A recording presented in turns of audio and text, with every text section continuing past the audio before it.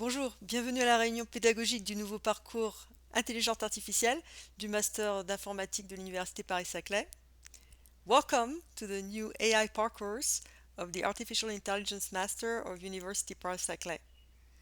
My name is Isabelle Guillon, and I will give you today a brief introduction of our new program, which now extends over 2 years, M1 and M2.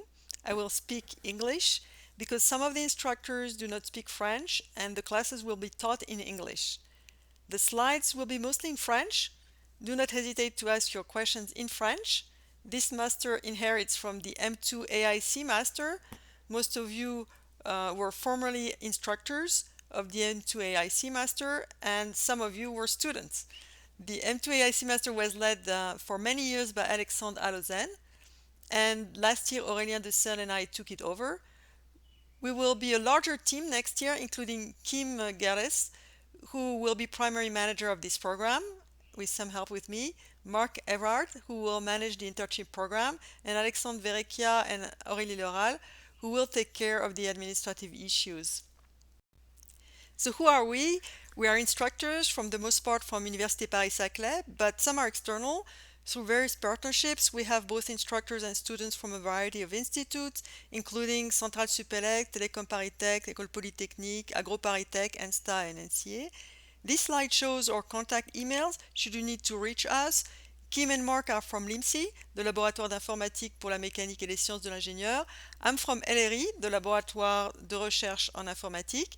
And as you know, the two laboratories are soon going to fuse under the name LISN, Laboratoire interdisciplinaire des sciences du numérique. And what do? We are researchers in machine learning, information retrieval, optimization, image processing, and natural language processing, collectively referred to nowadays as artificial intelligence. This appellation is now easily recognizable, and although it's a bit presumptuous, it's inviting to students, and holding a degree in artificial intelligence opens them to a lot of jobs opportunities in big data analysis for multiple modalities, including surveys, customer databases, image, videos, speech, text, with application in industry, commerce, and science. In a nutshell, we want to train a new generation of data scientists to become capable of efficiently turning heterogeneous and distributed data to descriptive or predictive models, capable of emulating intelligent behaviors via a process known as machine learning. In layman terms, machine learning refers to optimization algorithms which fit models to data. To that end, with your help, we have put together a world-class program. We have 4 refresher classes in math, statistics, databases, and programming. We have a number of foundational classes covering machine learning and optimization, signal processing, probabilistic generative models, and information retrieval. We have a large number of options, which are referred to as growth classes, covering cutting-edge techniques in deep learning, reinforcement learning, information theory, learning theory, graphical models, and natural language processing, and complemented by seminars. These classes are also complemented by hands-on practical work in the form of summer schools, projects, TER, and internships. So TER stands for Travail d'études et de recherche. And finally, the students are offered classes in language, communication, entrepreneurship, and research and development, referred to collectively as soft skills. The AI Masters has 2 tracks, the European EIT digital track in data science and the classical track. First, what is the EIT data science program? It's a program in which students do a master in 2 years in 2 different universities in European countries. One is called the Entry University and the other the Exit University. This year we have between 4 and 8 entry students in M1 coming from this program and 6 exit students in M2. We believe the level will be quite good as we select them from nearly 200 applications. The second track is the classic one. New this year, the informatics master is organized at the department level over the 2 years M1 and M2. The various parcourses are going to share some classes, The students earn 120 ECTS or credits from the European Credit Transfer System, 6 in M1 and 60 in M1 and 60 in M2. The year is divided in 2 semesters of 2 periods each. Each period lasts 2 months. See the definition in the upper right corner. In each period, the students have to take some mandatory classes in bold and some options. The mandatory classes are in bold and the alternative mandatory classes are in green and red. Those correspond to two sub-courses in a machine learning sub-course and an NLP sub-course. The admissions were extremely selective in the classic track. We only accept 15 students in M1 and 20 in M2 out of hundreds of participants. This is the schedule overview. EDT stands for Emploi du Temps. I also list the classes in the M1 and M2 years. If you have not done so yet and you intend to be paid for your hard work, please register in the Serveur de Vœux. That is the portal in which you indicate which classes you will give. Now some reminders of why we are here today. We are here to coordinate our classes, identify redundancies and gaps.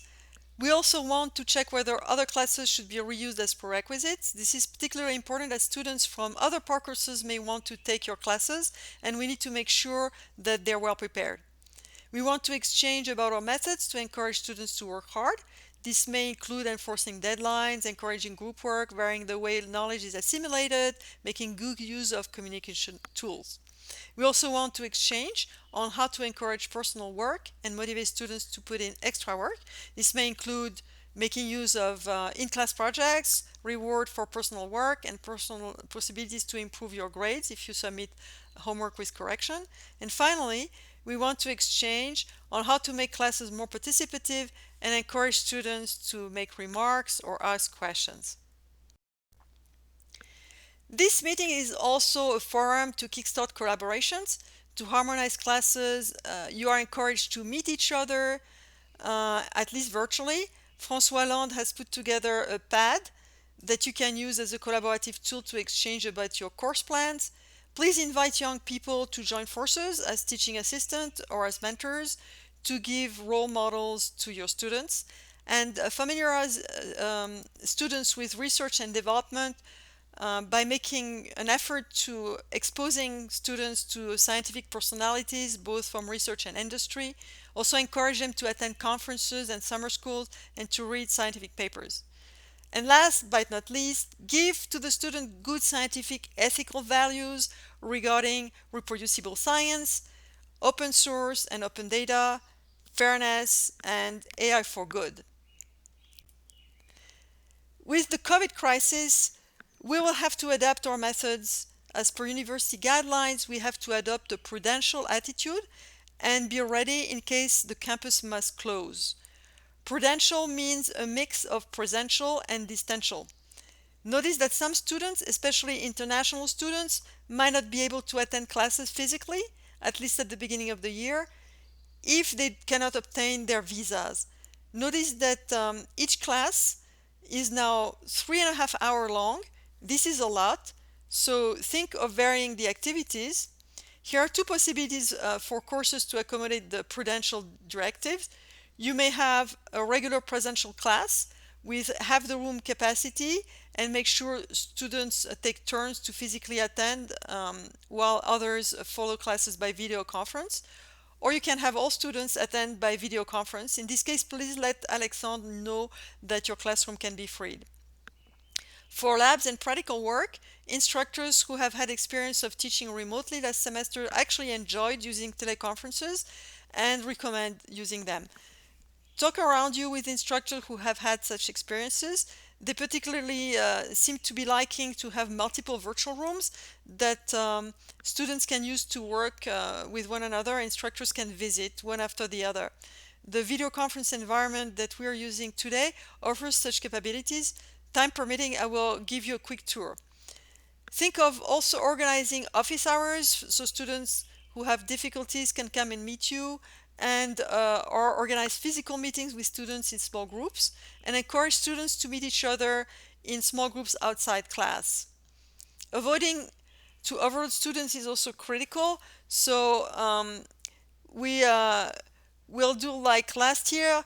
We'll end up having pad exchanges about dates of homework, due dates, and exam dates to avoid conflicts. The university officially allows you to reduce your program by as much as 20%. So finally, we want as much as possible to organize our class material using eCampus. If you're not familiar with eCampus already, this is a web portal. It's hosted by the university and it's based on an open source software called Moodle. It will be much easier for students if all information is concentrated there. And moreover, eCampus has many effective collaborative tools, including the video conference tool we are using today. When you start using it, the sooner the better. Now is a good time to get familiar and play around with it. You can create test classes and play with them. You should wait, however, to organize your real classes that are going to be assigned to you as soon as some students have signed. And there is a synchronization with the Apogee grading server with a script that's run every night to export your student to your classes. So hold on, you'll be receiving instructions very soon when this happens. What can you put on eCampus? Well, everything that relates to your course syllabus, your slides, your pre-recorded classes, and quizzes.